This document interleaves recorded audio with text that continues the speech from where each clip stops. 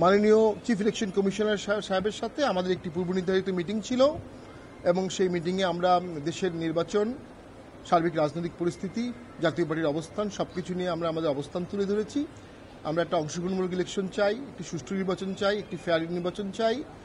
নির্বাচন কমিশন সকল নিবন্ধিত দলের একমাত্র অভিভাবক এবং নিরপেক্ষ অভিভাবক।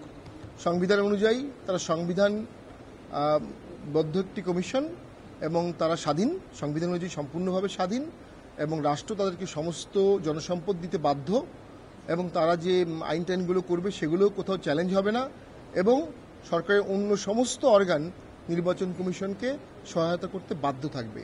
এই ধরনের শক্তিশালী প্রভিশন সংবিধানে আর কোনো কমিশন সম্পর্কে বলা নেই। সেই হিসাবে নির্বাচন কমিশনের প্রতি আমাদের প্রত্যাশা অনেক বেশি। একটি দ্বন্দ্বময় সময় বাংলাদেশ পার করছে, একটি রাজনৈতিক টালমাটাল সময় বাংলাদেশ পার করছে। আমরা আশা রাখি এর মধ্যে নির্বাচন কমিশন তার নিরপেক্ষতা রেখে, তার শপথ বজায় রেখে সুষ্ঠু নির্বাচন করবে। সকলের অংশগ্রহণে একটি সুন্দর ভোটের মাধ্যমে দেশে নতুন গণতন্ত্রের আলো প্রস্ফুটিত হবে, এটা আমরা কামনা করি। আমরা আমাদের কনসার্নগুলো ওনাকে জানিয়েছি এবং উনি সে বিষয়ে নোট নিয়েছেন। আমার দৃঢ় বিশ্বাস, আমাদের আস্থা আছে বর্তমান নির্বাচন কমিশন সুষ্ঠু ভোটের জন্য সর্বোচ্চ চেষ্টা করবেন। তাদের অনেক সীমাবদ্ধতা থাকলেও সেই সীমাবদ্ধতা সত্ত্বেও তারা চেষ্টার কোনো ত্রুটি রাখবেন বলে আমাদের মনে হচ্ছে না। আমরা মনে করি যে নির্বাচনে অযোগ্যতা ঘোষণার জন্য যেসব কন্ডিশন আছে নির্বাচনের আইনে, আরপিওতে, তার কোনোটাই জাতীয় পার্টি পড়ে না।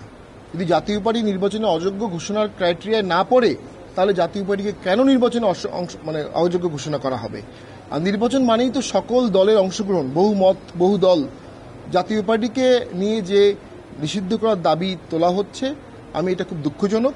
আমি মনে করি যারা এই দাবিটি তুলছে তারা এই দাবি থেকে প্রত্যাহার করে দেশের স্বার্থে জাতীয় পার্টির সাথে কাঁধে কাঁধ মিলিয়ে একসাথে আমরা দেশ গঠন করব। ওই ভোটগুলোতে চরমোনাই অংশগ্রহণ করেছিল 18 সালে, বিএনপি অংশগ্রহণ করেছিল, জামাতে অংশগ্রহণ করেছিল এবং ওর মাঝখানে যে স্থানীয় সরকার নির্বাচনগুলো হয়েছিল, এখনও আপনি দেখবেন বাংলাদেশের অসংখ্য লোকাল গভর্নমেন্টে জামাতের নেতৃবৃন্দরা নির্বাচিত হয়ে এখনও আছে, যারা বিগত আমলে নির্বাচিত লোকাল গভর্নমেন্টে।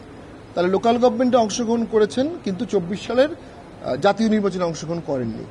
বিষয়টি আমি মনে করি অবশ্যই আমাদেরকে দোষ দেওয়ার কিছু নাই। আমরা ভোটে অংশগ্রহণ করেছি, অন্যরাও করেছে। আমরা মনে করি শুধুমাত্র ভোটে অংশগ্রহণের জন্য কাউকে নির্বাচনে অযোগ্য ঘোষণা করা যেতে পারে না।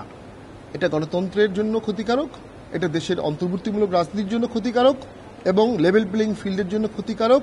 আর সকল দল যদি ব্যান হয়ে যায় তাহলে ভোটে কম্পিটিটিভনেস থাকবে না। কম্পিটিটিভনেস ছাড়া যদি একটি ভোট হয় এবং একটি সরকার হয়, সেই সরকার টেকসই হবে না। অর্থনীতি মুখ থুবড়ে পড়বে, পলিটিক্যাল হস্টিলিটি বাড়বে এবং দেশ আস্তে আস্তে গৃহযুদ্ধের দিকে চলে যাবে।